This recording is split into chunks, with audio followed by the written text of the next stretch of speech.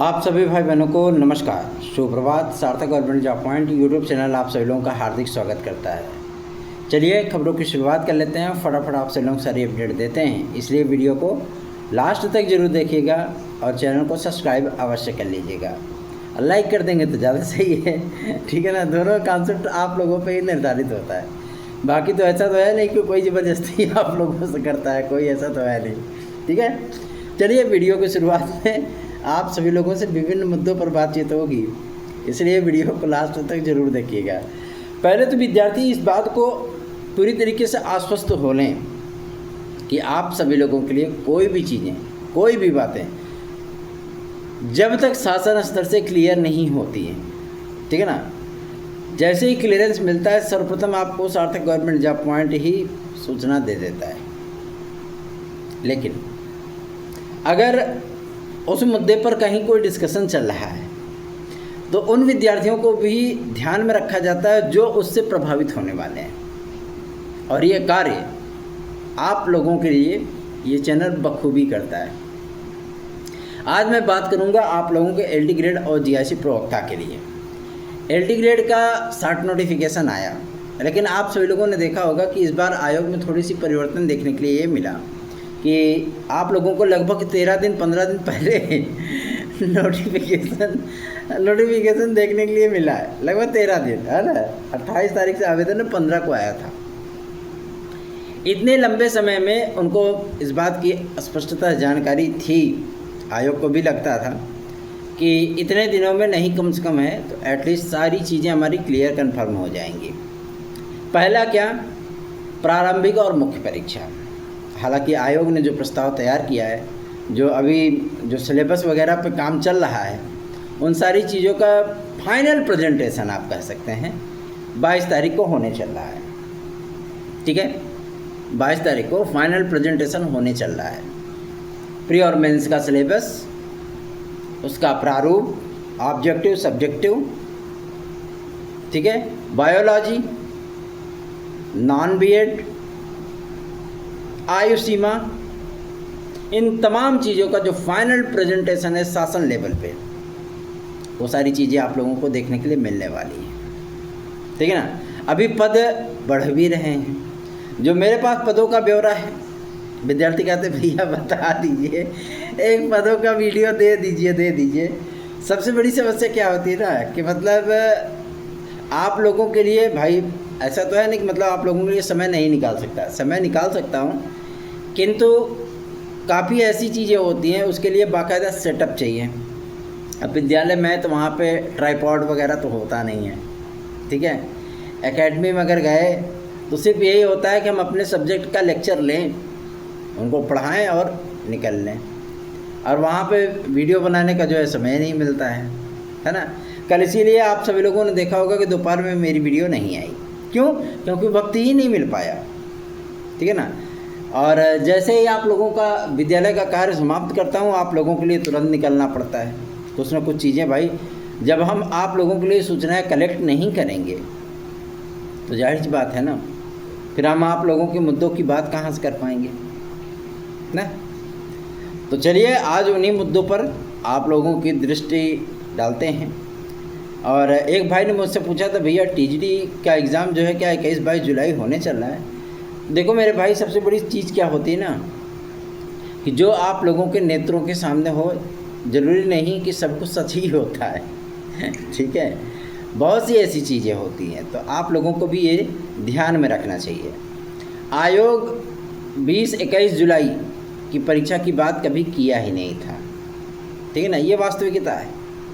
30-31 जुलाई की भी बात नहीं है। क्यों? क्योंकि एटलीस्ट आप सब इतना 15 दिन 20 दिन पहले इन्होंने सब्जेक्ट वाइज प्रोग्राम जारी किया असिस्टेंट प्रोफेसर का, ठीक है। तब तो उसमें इतना छीछा लेदर हो गया, रायता फैल गया, ठीक, दिक्कत हो गई कि इसके लिए स्वयं अध्यक्ष महोदय को 5 बार लखनऊ का दौरा करना पड़ गया, ठीक। अब क्या है कि टीजीटी में तो भैया 8.5 लाख से अधिक विद्यार्थी है ना, लगभग 9 लाख विद्यार्थी, और टीजीटी तो आयोग की सबसे बड़ी परीक्षा है। और सबसे बड़ा एक प्रश्न क्या है, मैंने आप सभी लोगों से अक्सर ये बातें कही थी कि इस बार के LD ग्रेड और GRC प्रवक्ता में रिकॉर्ड बनेगा, रिकॉर्ड आवेदन होंगे और वही चीज़ें आप लोगों के सामने भी आ रही हैं। मैंने उम्मीद जताई थी जब हम लोग अधिकारियों से वार्ता करते थे तो उन सारी चीज़ों की उम्मीदें जताई थी कि आखिर क्या चीज़ें हैं, तो उन्होंने बता दिया था कि लगभग LD ग्रेड में 18 लाख आवेदन और GRC लेक्चरर में तकरीबन 6 लाख आवेदन आ सकते हैं। ठीक है ना। अगर GRC लेक्चरर में B.Ed को अनिवार्य नहीं किया गया होता तो क्या होता, तो ये आवेदनों की संख्या तकरीबन 9 लाख या 10 लाख पहुंच सकती थी। अब आप कहेंगे भैया इतना परस्नातक विद्यार्थी क्या उत्तर प्रदेश में है, तो ये बताइए कि उत्तर प्रदेश के ही विद्यार्थी क्या उत्तर प्रदेश की भर्तियों में आवेदन करते हैं क्या हैं? TGT 2021 में मेरे पास वो सारे के सारे आंकड़े हैं।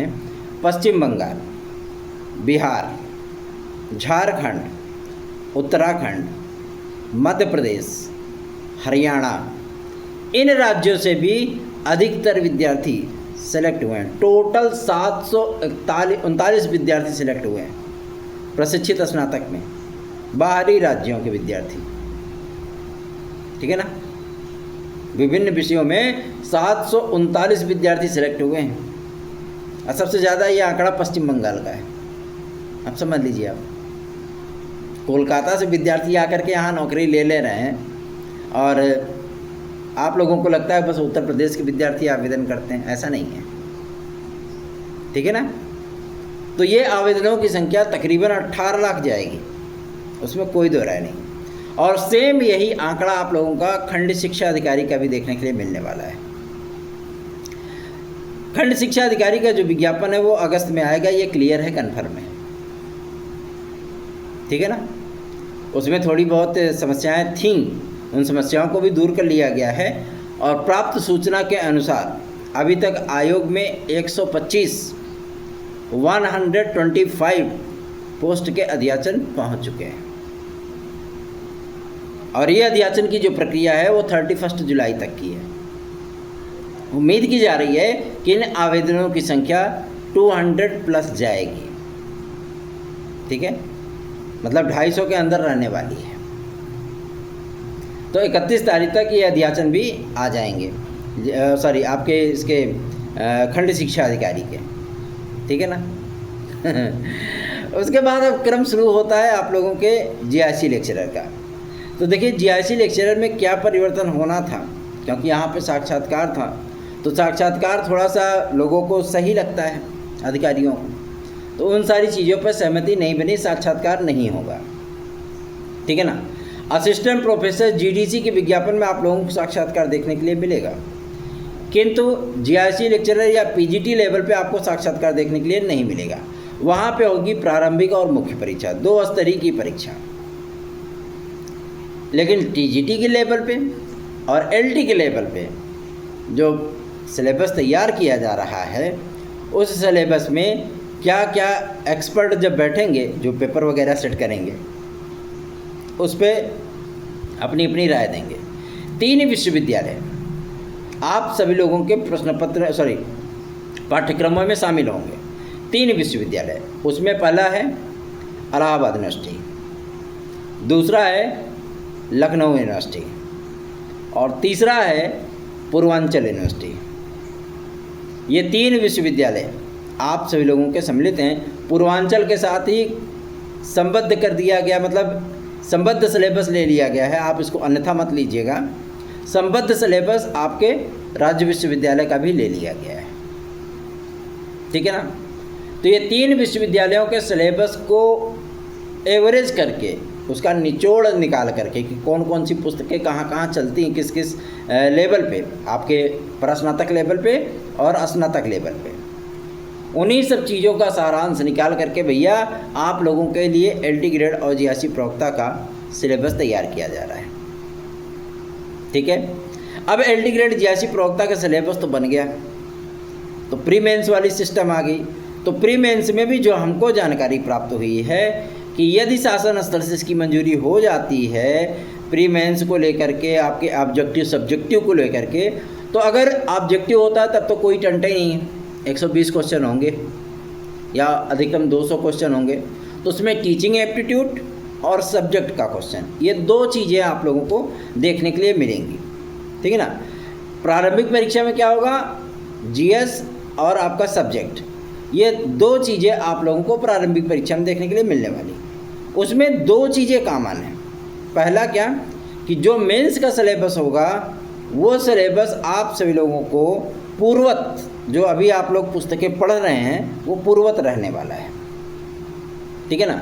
लेकिन प्री में आप सभी लोगों को 2 से 3 पुस्तकें परिवर्तित होती हुई नजर आएंगी, क्राइटेरिया चेंज किया जाएगा उसका, ठीक है।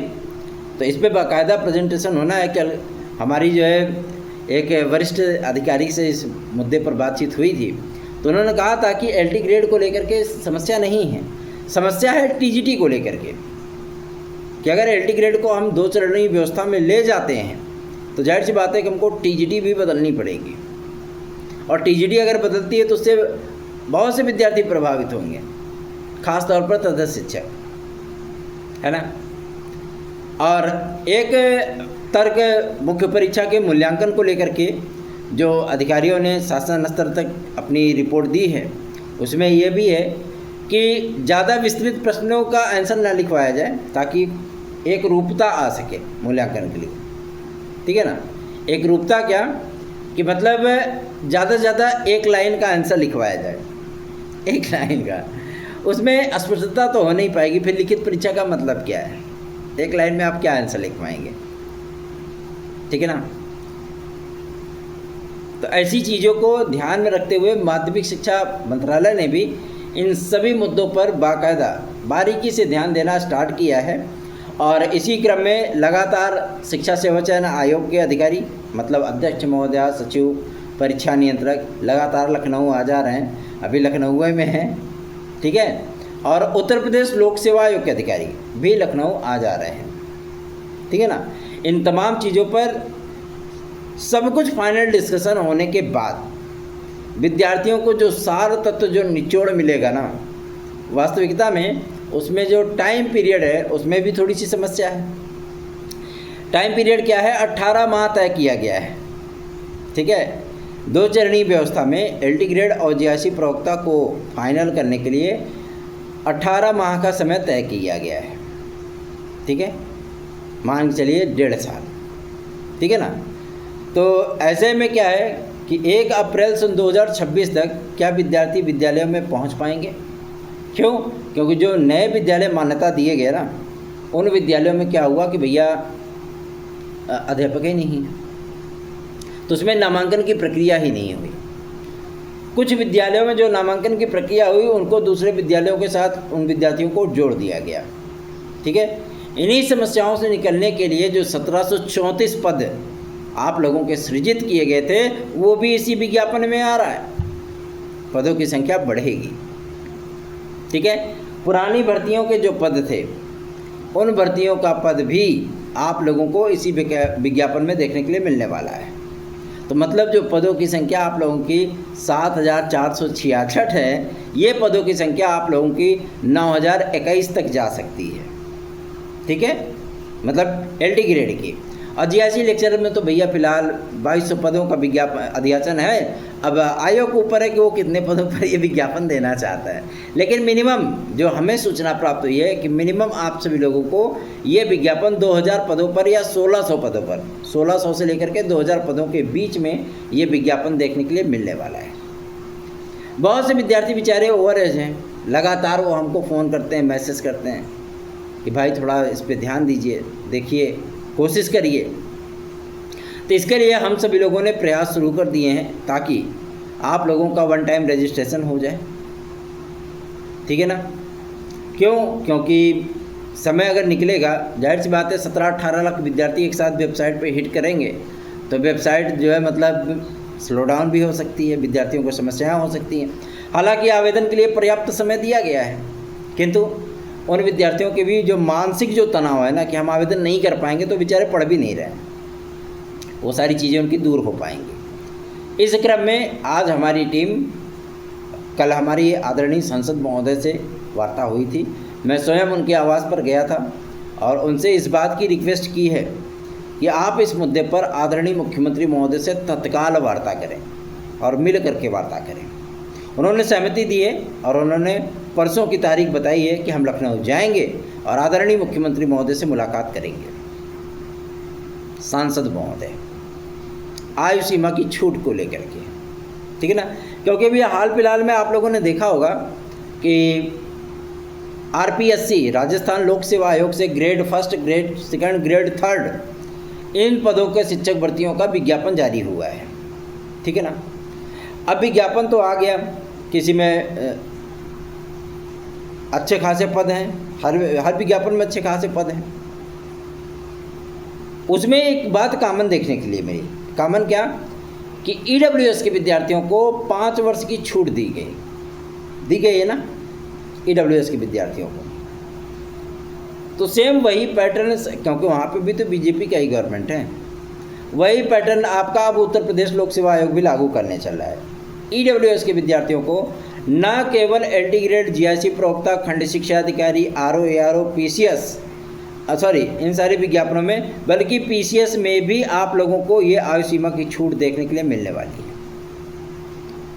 ये तो मामला फिट हो गया आपके ईडब्ल्यूएस का, ठीक है। और इसके संबंध में जो बातें चल रही हैं कि जो विद्यार्थी अन्य कैटेगरियों से रिलेटेड है, अगर भाई अनरिजर्व कैटेगरी के विद्यार्थियों को अतिरिक्त अवसर दिया जाता है, ठीक है, अतिरिक्त अवसर उनको दिया जाता है, तो जाहिर सी बात है कि अन्य कैटेगरी के विद्यार्थियों को भी देना पड़ेगा। ऐसी परिस्थितियों में जो मतलब कहते नहीं कि जो सामंजस्य नहीं बैठा पाएगा आयोग, ठीक है, कि भैया उनकी एज वैसे भी 45 साल तक होती है, ठीक है, आवेदन करेंगे, एग्ज़ाम फाइनल होते होते मान लीजिए उनको नौकरी मिल भी जाती है, तो कम से कम 47 साल, 48 साल, 47.5 साल की उम्र में उनकी जो है नियुक्तियाँ होंगी, है ना, तो फिर दिक्कतें होंगी। इसकी वजह से क्या उनको कॉमन स्वीकृति देनी चाहिए ताकि सभी विद्यार्थी एक बार इन भर्तियों में आवेदन कर सकें।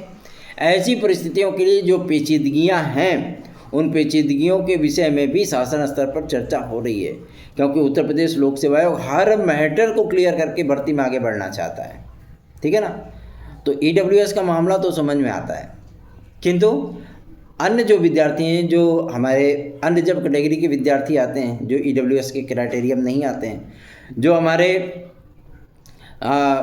ओबीसी, एससी, एसटी, स्वतंत्रता संग्राम सेनानी, दिव्यांगजन भाई बहन आते हैं कि मतलब वो भी 45 प्लस एज क्रॉस कर चुके हैं, उनके लिए भी समस्याएं हैं। तो उन तमाम चीज़ों को ध्यान में रखते हुए शासन स्तर पे इन सभी मुद्दों का प्रेजेंटेशन चल रहा है, और इस पर जो स्वीकृति, जो सहमति होगी ना, डायरेक्ट शासन इसमें इन्वॉल्व होगा, डायरेक्ट।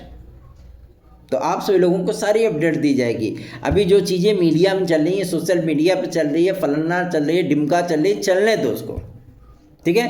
क्यों? क्योंकि अभी हर जगह से आप लोगों को सिर्फ और सिर्फ जो है बातचीत करने का ही तरीका दिखाने के लिए मिलेगा, बाकी और कुछ नहीं है। जो भी परफेक्ट अपडेट शासन लेवल से निकलेगी तत्काल आप लोगों को बता दी जाएगी कि हाँ भैया प्री मेंस होगा, प्री साक्षात्कार, फलाना डिमका, जो कुछ भी होना है वो आप लोगों को क्लियर कट बता दिया जाएगा कि आप लोगों को प्री मेंस हो गए, ऑब्जेक्टिव होगा, सब्जेक्टिव होगा, आयु सीमा में छूट मिलेगी कि नहीं मिलेगा, क्या चीज़ें होने वाली हैं, कैसे आप लोगों का पेपर होगा, पेपर किस महीने में प्रस्तावित हो सकता है, इसका परिणाम कब तक आ सकता है, मुख्य परीक्षा का प्रारूप क्या होने वाला है, इन सारी चीज़ों की जानकारी आप लोगों को उपलब्ध करा दी जाएगी। तो थोड़ा सा धैर्य रखिए और 1-2 दिन और प्रतीक्षा कर लीजिए। रही बात यूपीएसआई के विज्ञापन के लिए, तो यूपीएसआई का विज्ञापन आप से लोगों का काउंटडाउन शुरू हो चुका है। किसी भी पल, किसी भी दिन, किसी भी वक्त ये विज्ञापन आप लोगों का जारी हो सकता है, ठीक है ना। पुलिस प्रोन्नति बोर्ड इस संबंध में पूरी जो है क्लियरेंस कर चुका है, तो आप लोगों को इसके बारे में हताश या निराश होने की ज़रूरत नहीं है। क्यों? क्योंकि लगभग मान के चलिए कि 3 वर्ष की आयु सीमा की छूट के साथ ये विज्ञापन आपका आ रहा है, ठीक है। तो सभी विद्यार्थियों के लिए वो कॉमन होगा, चाहे वो रिजर्व कैटेगरी के विद्यार्थी हों।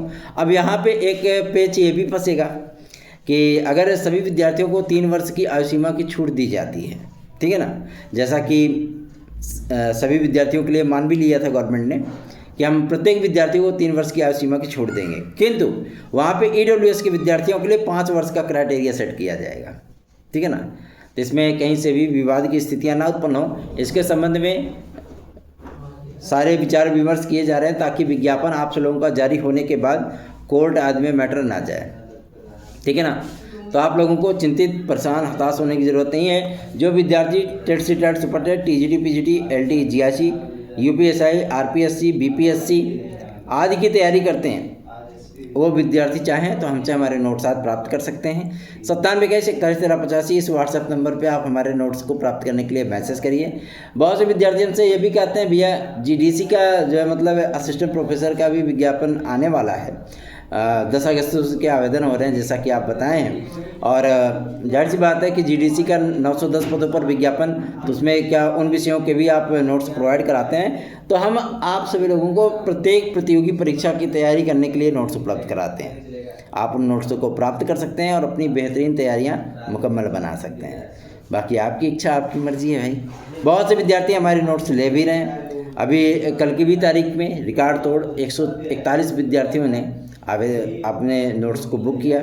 और जितने विद्यार्थियों को भी मैटर सेंड किया जाता है, वो समस्त विद्यार्थी जब मैटर प्राप्त करते हैं तो उनके जो आत्मिक संतुष्टि होती है, जो उसका रिव्यू देते हैं, वो वास्तविकता में वो सराहनीय होता है। ठीक है ना। क्यों? क्योंकि उनको भी पता है कि हाँ, वास्तविकता में जो मैटर हमको उपलब्ध हुआ है, इस मैटर से सारे प्रश्न हमारे आ जाने हैं, हमको कहीं बाहर से पढ़ने की आवश्यकता नहीं पड़ेगी। तो आप सभी लोग चाहें तो इस नोट्स को 9721411385 इस व्हाट्सएप नंबर पर संपर्क करके प्राप्त कर सकते हैं। एक बात मैं और आप लोगों को स्पष्ट करना चाहूँगा, एडेड जूनियर हाई स्कूल शिक्षक भर्ती के लिए, एडेड जूनियर हाई स्कूल शिक्षक भर्ती का जो प्रारूप है, किस तरीके से आपकी काउंसलिंग होगी, किस तरीके से मेरिट का डिक्लेरेशन होगा, इसके संबंध में मुख्यमंत्री महोदय के पास फाइल भेज दी गई है।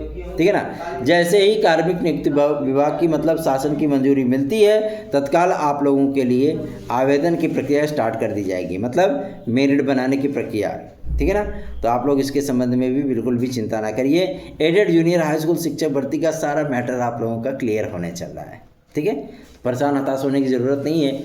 सार्थक government job point YouTube channel आप सब विभाग ने हमेशा ही कोशिश किया है कि आप लोगों की समस्याओं का निराकरण हो, और जो जो समस्याएं विद्यार्थी हम तक पहुंचाते हैं, उन सभी समस्याओं का निराकरण हो।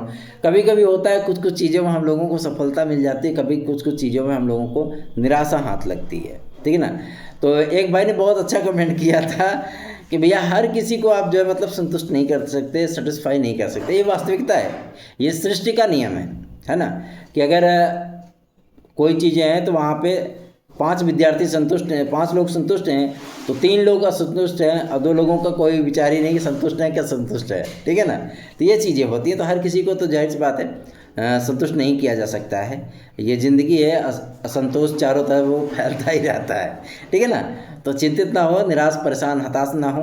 आप सभी लोगों की समस्याओं को ध्यान में रखते हुए ही हम लोग कार्य करते हैं।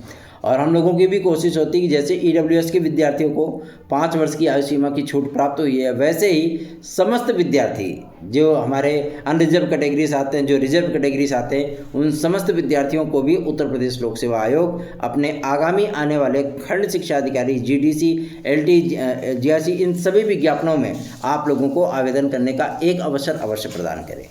बाकी देखते हैं जो चीज़ें होंगी। और एक भाई ने हमसे रिक्वेस्ट किया था, भैया एक बार एक वीडियो सिर्फ आप हमें पोस्ट वाली दे दीजिए कि कितने पोस्ट LT ग्रेड में किन किन सब्जेक्ट में हैं। तो मैं प्रयास करूंगा कि आज आप सभी लोगों को, आप लोगों की ये समस्या भी दूर कर दी जाए। आप लोगों को सब्जेक्ट वाइज पद जो है वो बता दिए जाएँ। कोशिश हमारी यही होगी कि दोपहर या शाम वाली वीडियो आप लोगों को LT ग्रेड की और GRC लेक्चरर की क्लियर कर दी जाए, कन्फर्म कर दी जाए। कोशिश हमारी यही होगी।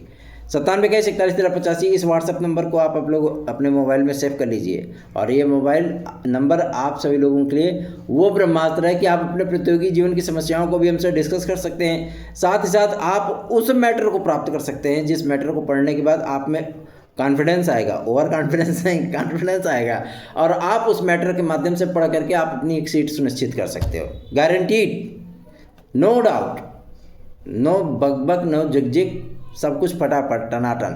ठीक है।